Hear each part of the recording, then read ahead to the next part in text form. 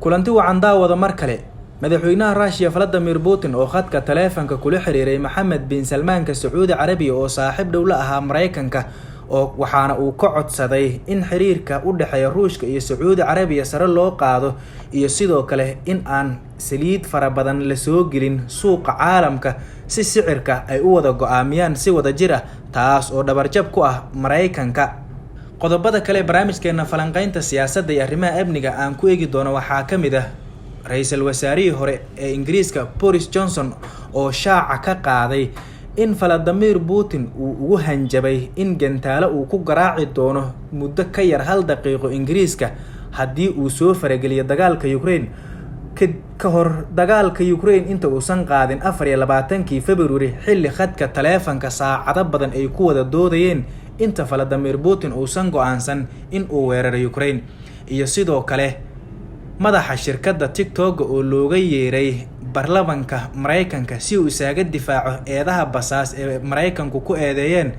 bartiisa TikTok.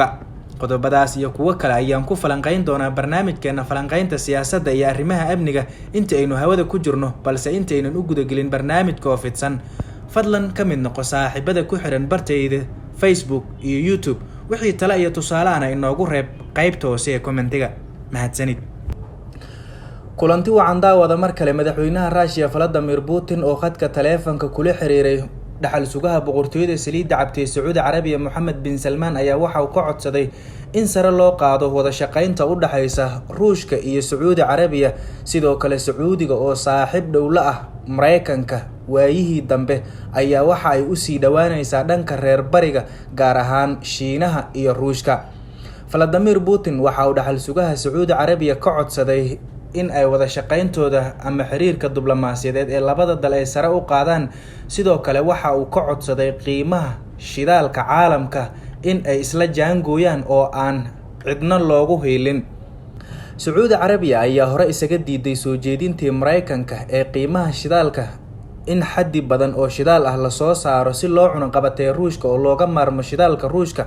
waxaana shirkii OPEC+ ugu dambeeyay ee wadamada shidaalka soo saaray ay ku bahoobeen oo Ruushka, Mareykanka iyo Sacuudigu qudhooda ay kamid yihiin hore loogu kala tagay oo lagu kala fogaaday. ugu dambeynna waxaa hirgashay dalabkii Ruushka ee ahaa in qiimaha shidaalka aan xaddi badan la soo saarin.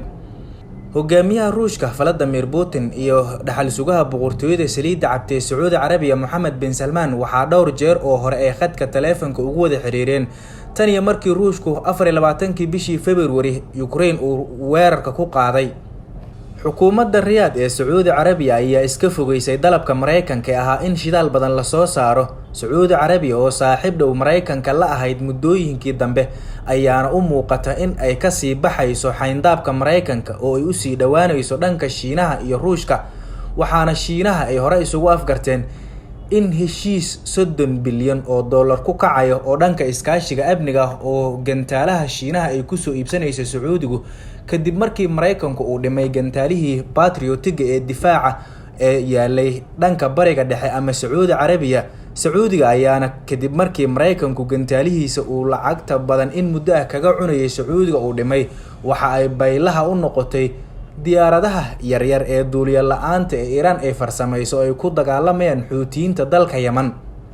waan filayaa inaad wax badan ka fahamteen qodobkaasi. waxa ay noo soo socdo qodobo ay ka mid yihiin madaxa shirkadda TikTok oo lagu haysto falal basaasnimo oo looga yeeray dalka Mareykanka, balse iminka aynu eegno ra'iisul wasaarihii hore ee boqortooyada Ingiriiska oo sheegay in mar uu taleefanka kula xiriiray madaxweynaha Ruushka Vladimir Putin ka hor duulaanka Ruushka ku qaaday Ukraine uu ugu hanjabay in uu gantaalo ku garaacayo caasimadda Ingiriiska ee London. ra'iisul wasaarihii xilligaasi waxa uu sheegay in Putin uu ku yiri 1 daqiiqo kaliya ayay qaadan kartaa in aan gantaalo kugu harqiyo.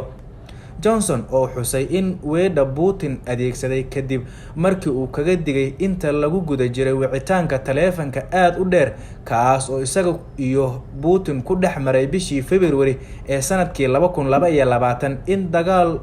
ku noqon doono masiibo ballaaran. ra'iisul wasaarihii hore ee Ingiriiska Boris Johnson ayaana uga digay Putin in duulaanka Ukraine uu horseedi doono cunaqabatayn reer galbeedku saaro Ruushka iyo ciidamada gaashaanbuurta NATO oo lasoo dhoobo xuduudda Ruushka. Waxa uu sidoo kale isku dayay in uu ka hor joogsado Putin tallaabada military isagoo u sheegay in Ukraine ay ku biiri doonto mustaqbalka dhow isbahaysiga Mareykanku hogaamiyo ee NATO. Ra'iisul wasaarihii Ingiriiska Boris Johnson ee xilligaasi oo xilka looga eriyay qalalaase ka dhashay dhaqaale uu ku daabulay dagaalka Ukraine ayaana toddobaadkan shaaciyay warkaasi. Boris Johnson ayaana ku yiri hadalkiisa, hal mar ayuu ii hanjabay oo uu igu yiri wax la mid ah, Boris ma rabo in aan anigu ku dhawaaqo, laakiin gantaalku wuxuu qaadan doonaa 1 daqiiqo oo kaliya in uu soo gaaro Ingiriiska. Laakiin waxaan u maleynayay in qaabkiisa dabacsan Putin islurid la'aantiisa uu uga jawaabayay isku day aan ku doonayay in aan ku qanciyo in uu gorgortan galo. Suurtagal ma ah in la ogaado in hanjabaadda Putin ay dhab tahay iyo in kale, waayo Putin ma ahan nin la fahmi karo. Si kastaba ha ahaatee, marka la eego weeraradii hore ee Ruushku ka fuliyay gudaha Britain sida kii sanadkii 2018, hanjabaad kasta oo ka timaada hogaamiyaha Ruushka si waliba oo uu u kaftan ahaan loo yiraahdo ayaa u badan in ay Johnson ku qasabto in uu hanjabaad dhab u qaato.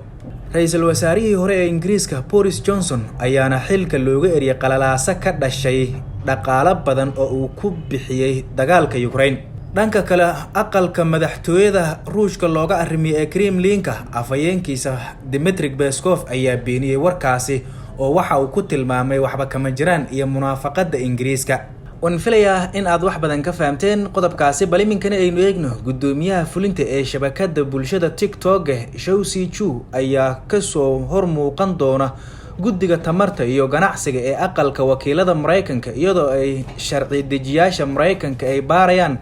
hanaanka wadaaga muuqaalada ee baraha ama barnaamijka barta TikTok Shiinaha, kaas oo lagu eedeeyay in uu yahay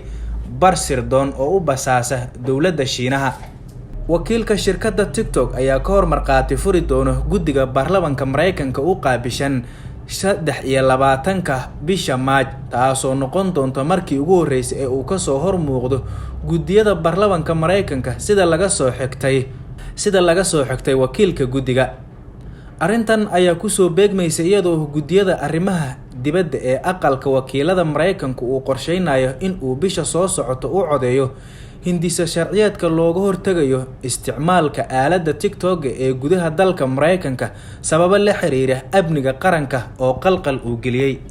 Shirkadda TikTok ayaa si weyn looga isticmaalaa gudaha dalka Mareykanka, waxaana muddo 3 sanadood gudahood ah ku adeegsaday barta TikTok gudaha Mareykanka in ka badan 100 milyan, balse dowladda Mareykanka ayaa bartan ka aaminsan in ay tahay bar basaas oo Shiinaha u basaasta, waxaana ay welwel badan ka qabtaa cidda galaangalka ku yeelanaysa muuqaalada badan ee la isku weydaarsado bartan TikTok. Waan filayaa inaad wax badan ka fahamteen. Intaasi ayaan kusoo gabagabeynayaa barnaamijkeennii falanqaynta siyaasadda iyo arrimaha amniga oo aan ku falanqeynay qodobada shirkadda TikTok iyo ra'iisul wasaarihii hore ee dhanka Ingiriiska oo sheegay in Vladimir Putin uu gantaale ugu hanjabay inuu Ingiriiska ku garaaci doono, iyo Vladimir Putin oo qudhiisa ka codsaday boqor Salmaanka Sacuudi Carabiya wada shaqayn joogta ah.